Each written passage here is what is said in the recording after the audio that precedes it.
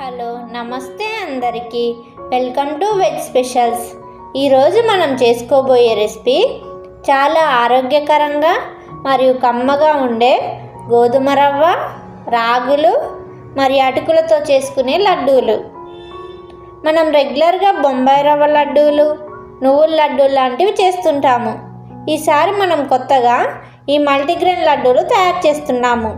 ఇవి చాలా యమ్మీగా ఉంటాయి. ఇవి హెల్త్కు చాలా మంచిది. ఈ వీడియోని ఎక్కడ స్కిప్ చేయకుండా చూడండి, అప్పుడే క్లియర్గా అర్థమవుతుంది. సో ప్రిపరేషన్ స్టార్ట్ చేసే ముందు స్మాల్ రిక్వెస్ట్ అండి, మీరు మన ఛానల్ని ఫస్ట్ టైం చూస్తున్నట్లయితే please subscribe to veg specials.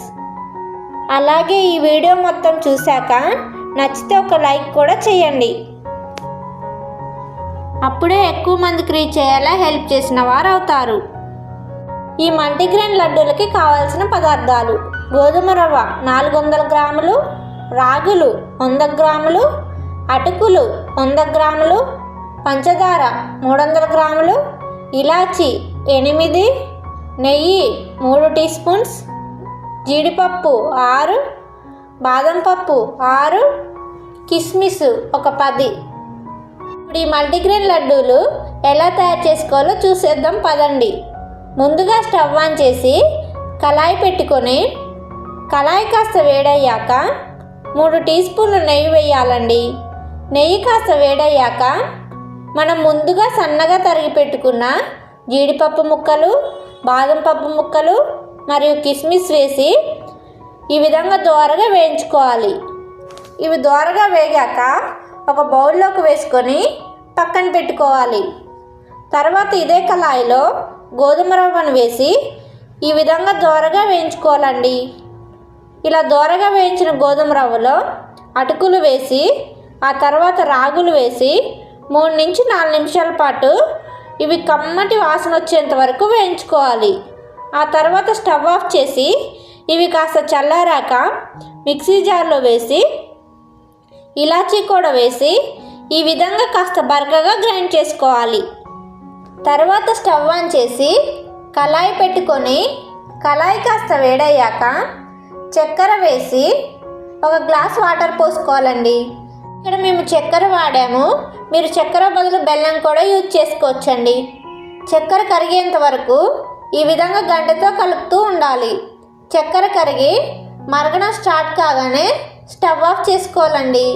ఆ తర్వాత మనం ముందుగా మిక్సీ పట్టిన గోధుమ రవ్వ మరియు రాగులు, అటుకుల మిశ్రమం వేసి పాకం మొత్తం రవ్వకు పట్టేలా ఈ విధంగా గంటతో కలుపుతూ ఉండాలి.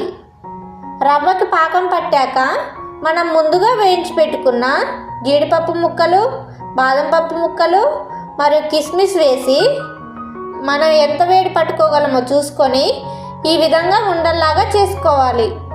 ఒకవేళ మీకు రవ్వ మిశ్రమం పొడిగా అనిపిస్తే రవ్వ మిశ్రమానికి తగినన్ని పాలు పోసుకొని ఉండల్లాగా చేసుకోవాలి. ఎప్పుడు చేసుకునే లడ్డూలే కాకుండా ఈ విధంగా మల్టీగ్రెయిన్ లడ్డూని చేసుకుంటే హెల్త్కి చాలా మంచిదండి. దీనిలో రాగులు, గోధుమ రవ్వ మరియు అటుకులు వేసాం కాబట్టి ఇవి ఆరోగ్యానికి చాలా మంచిది. అప్పుడప్పుడు ఇలా మల్టీగ్రెయిన్ పిండితో లడ్డూలు చేసుకొని రోజుకొక లడ్డూ చొప్పున తీసుకుంటే కాల్షియం మరియు ఐరన్ లోపాలున్నా తగ్గిపోతాయండి. అంతే అండి, ఎంతో కమ్మగా ఉండే మల్టీగ్రెయిన్ లడ్డూలు రెడీ. మీరు కూడా ట్రై చేసి మీకు ఎలా కుదిరిందో కామెంట్ రూపంలో తెలియజేయండి. మేము చెప్పిన కంటెంట్ మరియు ఎక్స్ప్లెనేషన్ బాగుందనిపిస్తే ఈ వీడియోని ఇప్పుడే ఒక లైక్ చేయండి. మీరు చేసే ఒక్కొక్క లైక్ ఇలాంటి మరెన్నో మంచి రెసిపీస్ని మీ ముందు తీసుకురావడానికి మాకు ఎంతగానో మోటివేషన్ ఇస్తుంది.